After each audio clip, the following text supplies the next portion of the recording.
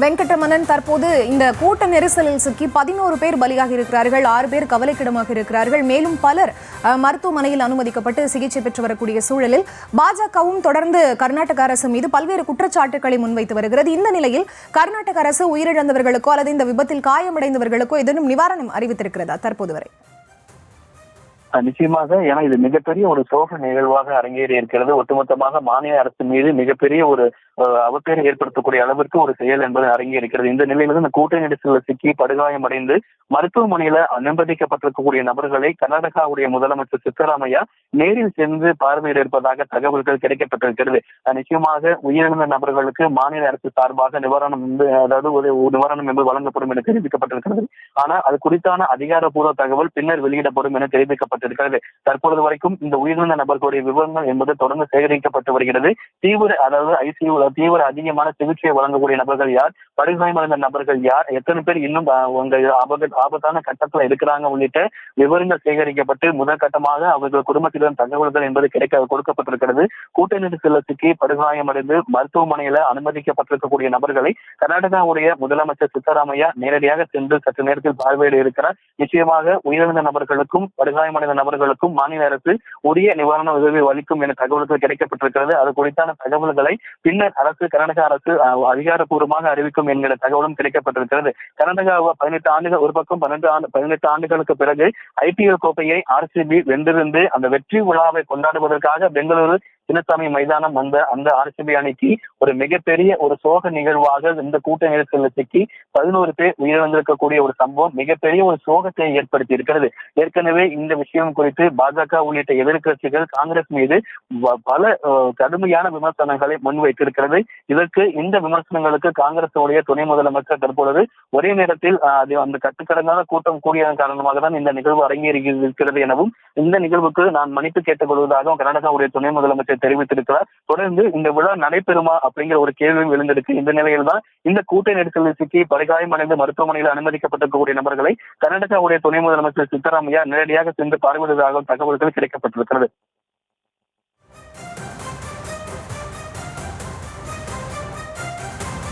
வெங்கட்ரமணன், தற்போது இந்த பெங்களூரு கூட்ட நெரிசலில் சிக்கி 11 பேர் உயிரிழந்திருக்கிறார்கள். தொடர்ந்து இது தொடர்பாக பாஜக ஒருபுறம் குற்றச்சாட்டுகளை முன்வைக்க அதற்கு கர்நாடக அரசும் விளக்கம் அளித்திருக்கிறது.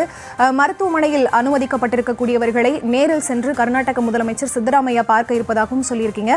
அது மட்டுமல்லாது கர்நாடக துணை முதலமைச்சரும் செய்தியாளர் சந்திப்பின் போது இது தொடர்பாக வருத்தம் தெரிவித்து மன்னிப்பு கேட்டிருக்கிறார். இது ஒருபுறம் இருக்கு. அதாவது இதற்காக ஏற்கனவே 5000 போலீசார் பாதுகாப்பு பணியில் ஈடுபட்டிருந்தாலுமே கூட எதிர்பார்க்காத அளவுக்கு கட்டுக்கடங்காத கூட்டம் வந்ததால தான் இப்படியான ஒரு அசம்பாவிதம் ஏற்பட்டிருக்கிறது அப்படின்னு ஒரு விளக்கம் கொடுக்கப்பட்டிருக்கு கர்நாடக அரசு தரப்புல இருந்து. இது ஒரு பக்கம் இருக்க, இப்படியான ஒரு கட்டுக்கடங்காத கூட்டத்துக்கு மத்தியில விளையாட்டு வீரர்கள், அதாவது RCB வீரர்களோட பாதுகாப்பும் கருத்தில் கொள்ள வேண்டிய ஒரு விஷயம் தான். அப்ப அவங்களோட பாதுகாப்பு உறுதி செய்யப்பட்டிருக்கா? நிச்சயமாக, எனக்கு வெளியே இருக்கக்கூடிய ரசிகர்களுடைய இந்த கூட்டத்தை பார்த்து நிச்சயமாக அதுக்கான ஏற்பாடுகள் என்பது செய்யப்பட்டிருக்கிறது.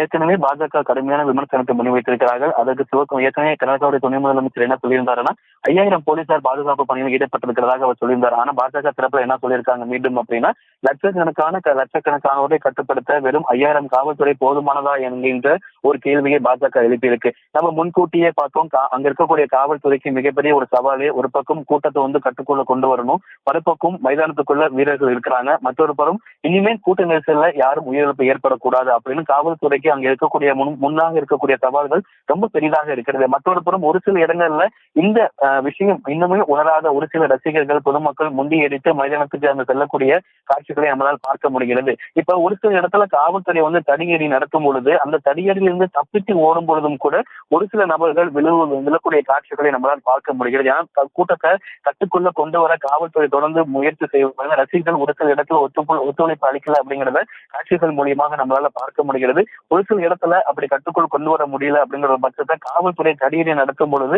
அந்த தடியடியிலிருந்து தப்பிக்கு செல்லக்கூடிய ரசிகர்களும் வேகமாக முண்டி எடுத்து ஓடக்கூடிய ஒரு சூழல் தான் இருக்குங்க. காவல்துறைக்கு அங்க இருக்கக்கூடிய இது ஏன்னா உயிரிழப்பு மேலும் அதிகரிக்காம இருக்குன்னா அங்க இருக்கக்கூடிய காவல்துறையோட காவல்துறையுடைய அவங்களுடைய அவங்க மேற்கொள்ள இருக்கக்கூடிய நடவடிக்கைகளை பொறுத்துதான் அந்த அந்த பகுதியில உயிரிழப்பு மேலும் அதிகரிக்காம இருக்கக்கூடிய ஒரு மிகப்பெரிய ஒரு ஏற்பாடாக இருக்கு. ஏன்னா அவங்க ஒரு பக்கம் அங்க பாதிக்கப்பட்டிருக்கவங்களை அந்த கூட்ட நெரிசல்ல இருந்து அந்த பாதிக்கப்பட்ட நபரை மீட்டு ஆம்புலன்ஸ்ல கொண்டு வரணும். ஆம்புலன்ஸ்ல இருந்து அந்த நபரை அருகே இருக்கக்கூடிய மருத்துவமனைக்கு கொண்டு செல்லணும். அது ஒரு பக்கம் கூட்டத்தை கண்ட்ரோல் பண்ணணும். ஏன் மீண்டும் அந்த ரசிகர்கள் ஏன்னா உள்ள மைதானத்துக்குள்ள விளையாட்டு வீரர்கள் இருக்கிறாங்க, அவர்களுக்கு எந்த விதமான பாதிப்பும் ஏற்படாமல் மீண்டும் அங்கிருந்து அவர்கள் அந்த அறைகளுக்கு கொண்டு செல்ல வேண்டும்.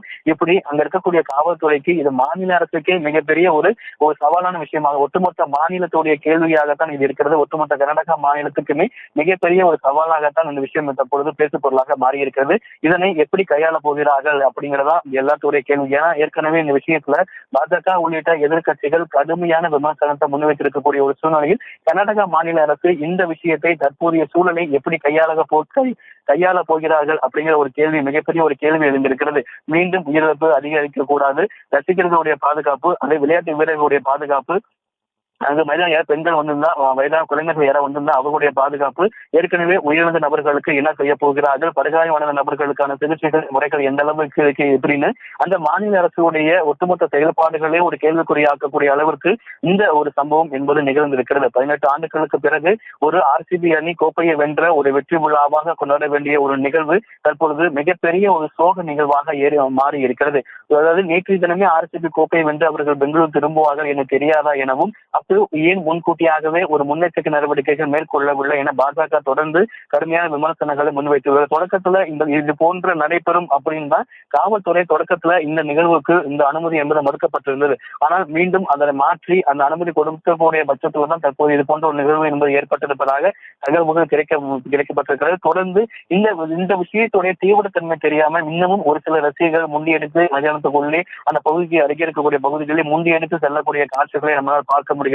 இந்த சூழலை எப்படி அங்கு கையாள போகிறார்கள் என்பதை பொறுத்துதான் ஒட்டுமொத்த அந்த கர்நாடகா மாநில காங்கிரஸ் உடைய அந்த ஒரு பெயர் என்பது எப்படி இருக்கும், இந்த விஷயத்தை அவர்கள் எப்படி கையாள போகிறார்கள் என்பதை பொறுத்துதான் அவர்கள் செயல்பாடுகளை நம்ம பொறுத்திருந்தான் பார்க்க வேண்டும். மிகப்பெரிய ஒரு சவாலான ஒரு சூழ்நிலையாகத்தான். ஏன்னா நேரம் செல்ல அங்க வெளிச்சம் குறைந்து கொண்டே போகிறது. ஏன்னா இருட்டிடுச்சுன்னா அது இன்னுமே சவாலான மாறிடும் காவல்துறைக்கு. ஏன்னா போதிய வெளிச்சம் இல்லாம அந்த இடத்துல ரசிகர்களை எப்படி கட்டுப்படுத்துவாங்க அப்படிங்கிற ஒரு கேள்வி இருக்கு. அதாவது வெளிச்சம் குறைவதற்கு முன்னதாகவே அங்க இருக்கக்கூடிய ரசிகர்களை காவல்துறை கட்டுக்குள் கொண்டு வர வேண்டும். மீண்டும் யாருக்கும் ஏதாவது தள்ளுமுள்ள ஏற்படாம ஒருத்தருக்கு முந்தி எடுத்து போகாம ஓடாம அங்க இருக்கக்கூடிய ரசிகர்களை கட்டுக்குள் கொண்டு வரணும். இன்னும் சற்று நேரத்துல அந்த விழா என்பது தொடங்குமா அல்லது அந்த வெற்றி விழா ரத்து செய்யப்படுமா அப்படின்னு பல கேள்விகள் எழுந்திருக்கிறது. இந்த நிலையில அங்க இருக்கக்கூடிய காவல்துறைக்கும் மாநில அரசுக்கும் மிகப்பெரிய கொஞ்ச நேரம் செல்ல இருட்டிடுச்சுன்னா அங்க இருக்கக்கூடிய அந்த ரெஸ்கியூ பணிங்கிறது மிகப்பெரிய ஒரு சவாலாக மாறிடும். இதெல்லாம் அங்க எப்படி கையாள போறாங்க அப்படிங்கறத பொறுத்து தான் நம்ம பார்க்கணும்.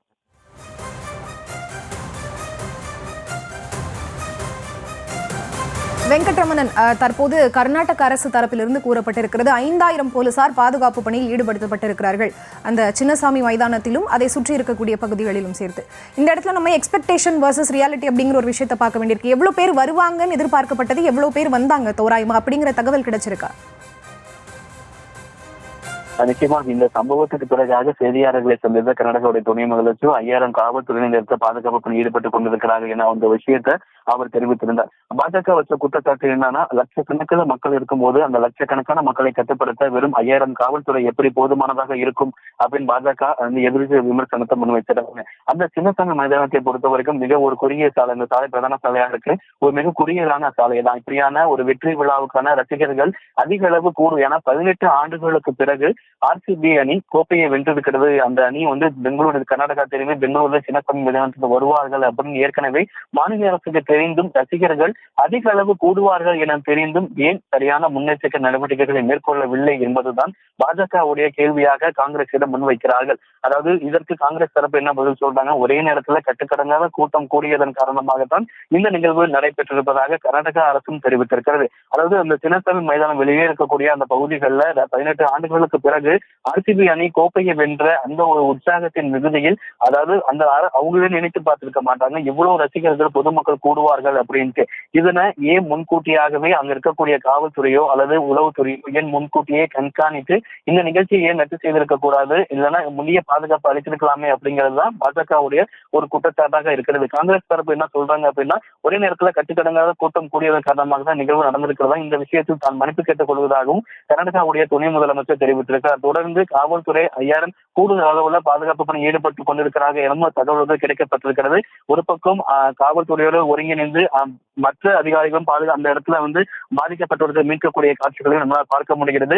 11 பேர் உயிரிழந்திருக்கக்கூடிய ஒரு சூழ்நிலையில் மீண்டும் உயிரிழப்புகளை அதிகரிக்காத வண்ணமும் அதே போல உள்ள இருக்கக்கூடிய வீரர்களுக்கு அவர்களை பத்திரமாக அந்த மைதான நிகழ்வுகள் நடைபெற்றால் அந்த நிகழ்வுகளை முடித்து அவர்கள் பத்திரமாக வெளியே செல்வதற்கும் தற்பொழுது அந்த படுகாயமடைந்த இந்த கூட்ட நெரிசலில் சிக்கி மருத்துவமனையில படுகாயமடைந்திருக்கக்கூடிய நபர்களை தற்பொழுது கர்நாடகாவுடைய முதலமைச்சர் சித்தராமையா மருத்துவமனையில நேரில் சென்று பார்வையிடுவதற்கான ஏற்பாடுகளும் செய்யப்பட்டிருக்கிறது.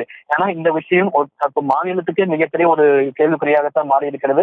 இந்த மாநில அரசு எப்படி இந்த விஷயத்தை எதிர்கொள்ள போகிறார்கள் அப்படிங்கிறதும் ஒரு கேள்விக்குறியா இருக்கு. அந்த பகுதியில மீண்டும் உயிரிழப்பு, ஏன்னா ஏற்கனவே 11 பேர் உயிரிழந்திருக்கிறார்கள். மீண்டும் உயிரிழப்பு அதிகரிக்காத வண்ணம் அங்க இருக்கக்கூடிய காவல்துறையினர் பல முன்னெச்சரிக்கை நடவடிக்கைகளை மேற்கொண்டிருக்கிறார்கள். பாதிக்கப்பட்ட மக்களை கர்நாடகாவுடைய முதலமைச்சர் சித்தராமையா நேரில் சென்று ஆறுதலும் தெரிவிக்க இருக்கிறார். வெங்கட்ரமணன், தொடர்ந்து கர்நாடக அரசு மீது பாஜக பல்வேறு குற்றச்சாட்டுகளை முன்வைத்திருக்கிறது. கர்நாடக அரசினுடைய இந்த அலட்சிய போக்கால் தான் இப்படியான ஒரு அசம்பாவிதம் நிகழ்ந்திருக்கிறது. பல லட்சம் பேர் கூடுவார்கள் என தெரிந்தும் அவர்களை கட்டுப்படுத்த 5000 போலீசார் போதுமா? நிகழ்ச்சிக்கு ஏற்பாடு செய்திருந்தவர்கள் முன்னேற்பாடுகளை சரியாக செய்யவில்லை என்பது போன்ற பல்வேறு குற்றச்சாட்டுகளை கர்நாடக அரசின் முன் நிறுத்தியிருக்கிறது பாஜக. இதற்கான அத்தனை பதில்களையும் கர்நாடக அரசு கொடுத்திருக்கிறதா? அது தொடர்பான விவரம். தற்பொழுது சூழலை பொறுத்த வரைக்கும் இந்த விஷயத்தை தற்பொழுது பாதிக்கப்பட்ட நபர்களை மீட்டெடுப்பதும் இங்க என்னென்ன பாதுகாப்பு ஏற்பாடுகள் செய்யப்பட்டிருக்கும் அப்படிங்கறத மட்டும்தான் அவர் காங்கிரஸ் தரப்புல சொல்லப்பட்டிருக்கிறது. பாஜக வச்ச குற்றச்சாட்டுகளுக்கு காங்கிரஸ் துணை முதலமைச்சர் பதில் கொடுத்திருக்கிறார். தற்போதைய சூழலை பொறுத்த வரைக்கும் இங்க மேலும் உயிரிழப்பு அதிகரிக்க கூடாது, யாராவது படுகாயம் அடைந்திருந்தால் அவர்களுக்கு உரிய சிகிச்சை